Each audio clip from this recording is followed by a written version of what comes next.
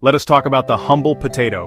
This unassuming tuber dug from the dark, cool earth holds within it a potential for greatness. It can be mashed, it can be fried, it can be boiled. But its highest calling, its most glorious form, is the crispy roasted potato. A perfect specimen will have a shatteringly crisp golden brown exterior that gives way to an interior that is fluffy, steamy, and light as a cloud. The contrast is not just a textural delight, it is a culinary event. It is the kind of side dish that threatens to upstage the main course, and frankly, I'm okay with that.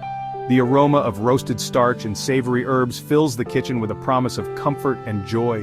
This is not just a side dish, it is a cornerstone of a great meal. It pairs with almost anything: a Sunday roast, a simple pan-seared chicken breast, or even a hearty salad. They are versatile, beloved by all ages, and deceptively simple to achieve if you understand the science. Our mission today is to unlock the secrets to achieving this potato nirvana. We are going to banish soggy, sad, and pale potatoes from your repertoire forever. We will not be winging it. We will be using science, technique, and a little kitchen wisdom. This is not a recipe so much as a battle plan, a multi-step approach that builds layers of flavor and, most importantly, texture. It takes a little more time, yes, but the payoff is immense. So impossibly crispy outside and wonderfully fluffy inside that you will wonder how you ever lived without them. So grab your apron, let's get to work. Crispy oven-baked potatoes, the perfect side dish. First, we must gather our supplies. A successful mission depends on proper preparation. Your choice of potato is critical. We need a starchy potato. Russets, Idaho potatoes, King Edwards, or Maris Pipers, low moisture, fluffy when cooked. Avoid waxy potatoes like Red Bliss and new potatoes, better for potato salad. Next, the fat. Olive oil works well. For richer results, consider duck or goose fat. You can also use beef tallow or reserved bacon grease for a smoky undertone. We will also need kosher salt, large crystals, clean flavor, and freshly ground black pepper. Think hearty herbs that withstand high oven heat, rosemary and thyme. Use garlic powder during seasoning. Fresh garlic can burn and turn acrid. You will need a large stock pot, a colander, and crucially, a heavy-duty, low-sided metal baking sheet. Skip glass or ceramic, metal browns and crisps better. Knife, board, large bowl, and a peeler if you prefer them peeled. With these items assembled, you are ready for battle. Our mise en place sets the stage for perfection. Next up, the wash and the chop. Prep done, let's transform these spuds. Prepare the potatoes for transformation. Wash under cold running water and scrub away any dirt. Start with a clean canvas. To peel or not to peel? I often leave the skins on. They add nutrients, crispiness, and earthy flavor. Peel for the smoothest result if you prefer. Size and shape matter. Uniformity is key.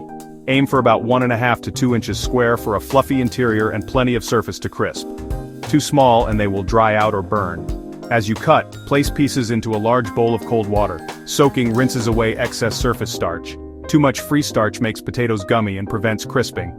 Rinse until the water runs mostly clear. Now, the next crucial phase, the parboil. Place rinsed potatoes in a pot, cover with cold, well-salted water. Start cold and bring to a boil together for even cooking from outside in. Bring to a rolling boil, then reduce to maintain a steady simmer. About 7 to 10 minutes is a starting point. Pierce the outer edge. There should still be resistance in the center.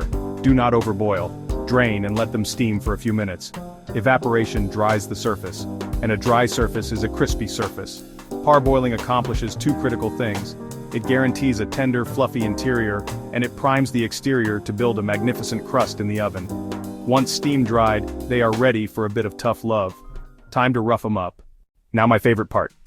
Give them a vigorous shake to scuff the surfaces and create a fuzzy, starchy coating. Those nooks and crannies are flavor traps. More surface area means more crunch. Let them rest another minute to evaporate more moisture.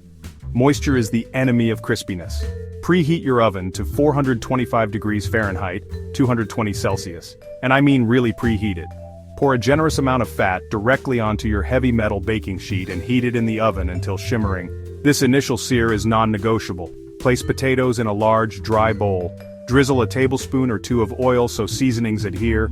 Add kosher salt, freshly ground black pepper, garlic powder, and chopped rosemary or thyme if using. Toss to coat, do not mash. Working quickly but safely, arrange in a single layer. Listen for that loud, satisfying sizzle as potato meets hot oil. They should fry in the oven, not soak. Do not crowd the pan. Use 2 pans if you must. Give each piece good contact with the hot fat. Now, they are ready for the crucible. The stage is set for maximum crunch. Into the oven we go. Slide the pan into the fully preheated oven. The initial roast is 20 to 25 minutes. Resist opening the door, heat loss disrupts crisping. Time for the first flip. You should see a beautiful golden crust on the bottoms. Turn each piece, toss in whole rosemary or thyme if you like, spread back into a single layer and return for another 20 to 25 minutes. All ovens differ, so keep an eye on them. Aim for a deep, uniform golden brown and a clearly craggy, crispy surface. When they reach peak glory, pull the pan and let them rest a minute. Finish with fresh herbs or flaky sea salt. Listen, the light crackle of the crust.